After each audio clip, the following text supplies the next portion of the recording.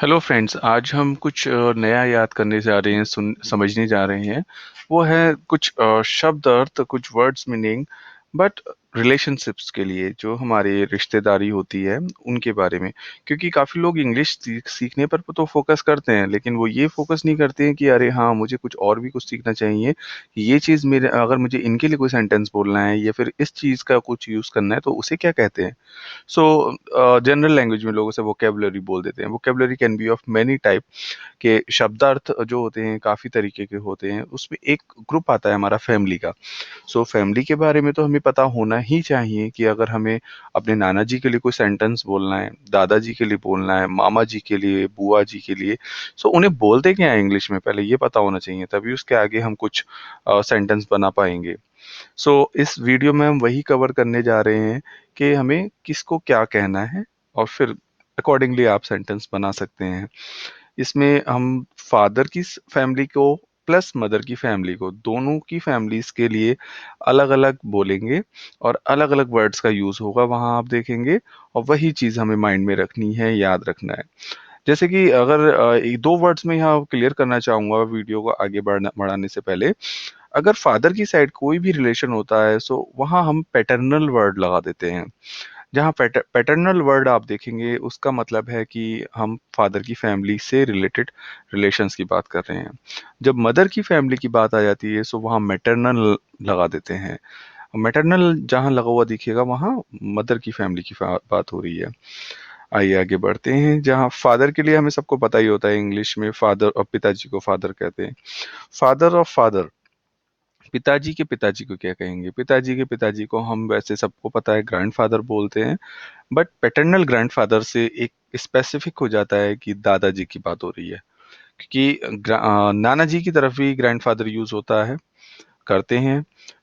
वहाँ और यहाँ में अंतर कैसे दिखेगा? पैटर्नल ग्रैंडफादर, अगर दादाजी के लिए स्पेसिफिकली कुछ बता रहा हूँ मैं, वो पैटर्नल ग्रैंडफादर होगा।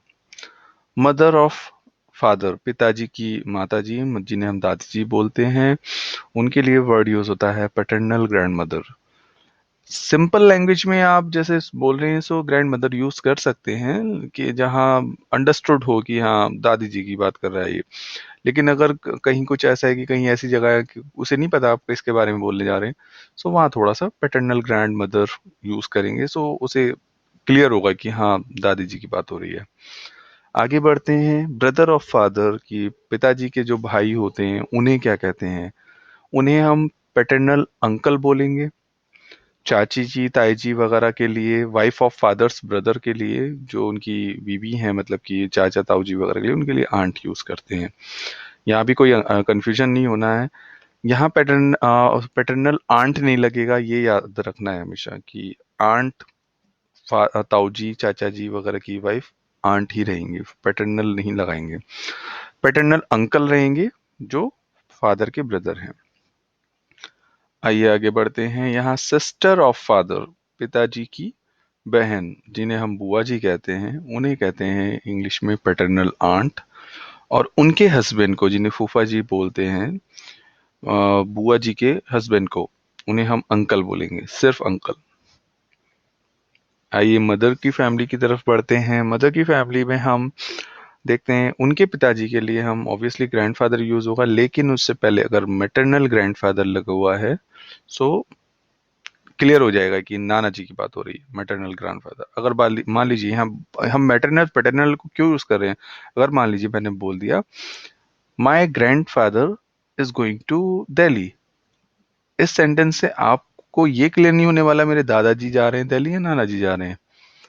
अगर मैं बोलूं my maternal grandfather is going to Delhi, आप क्लियर हो जाते हैं मेरे नाना जी जा रहे हैं। इसलिए हमें जब किसी को बोल रहे हैं तो कोशिश करना है कि पूरा बोलें।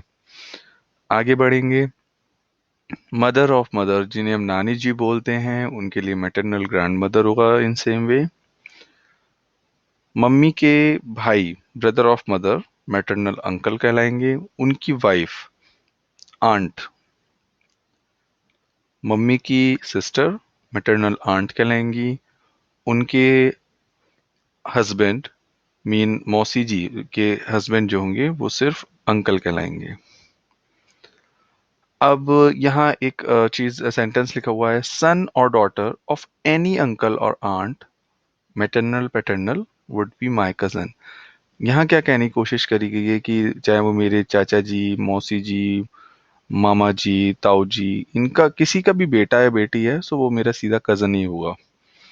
चाहे वो बेटी है, बेटा है, कुछ भी हो, किसी भी अंकल का बेटा, किसी भी आंटी का बेटा, आंट का बेटा, वो मेरा कजन ही कहलाएगा। वहाँ कोई कंफ्यूजन नहीं होना चाहिए। अब यहाँ कुछ अदर इम्पोर्टेंट रिलेशंस मैंने एक ही शीट पर डाला है।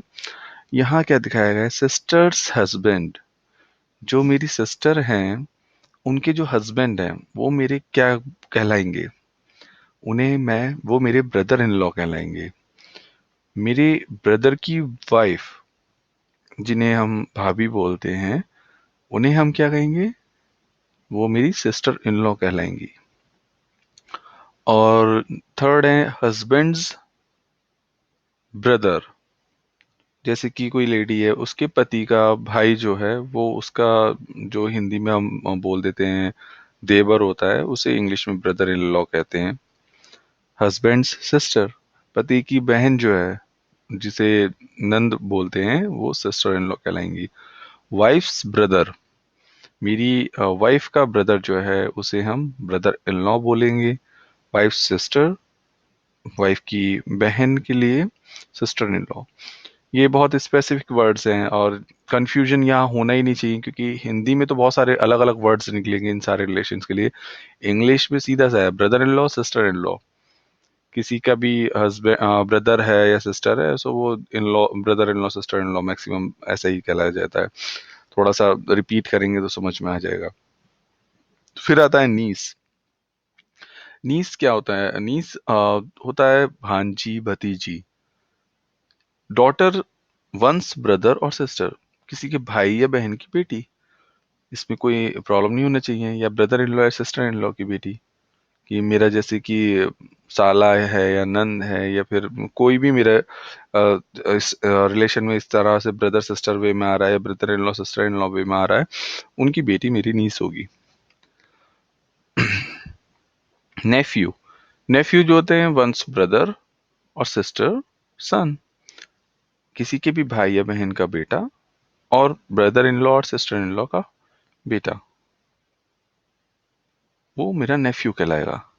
सो यहाँ हमने मैक्सिमम रिलेशंस को कवर करा है। इन केस कोई रह गया है, सो प्लीज़ कमेंट। मैं उसकी कोशिश करूँगा कि उसका मैं आंसर दे सकूँ। और आगे और भी स्लाइड्स डाली जाएंगी।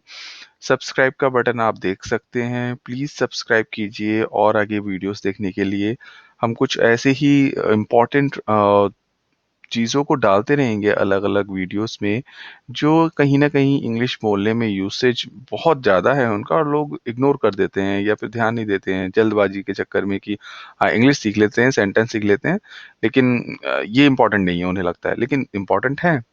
कब, कहाँ, कैसे आपको किसके लिए सेंटेंस बनाना पड़ जाए, किसी को नहीं पता।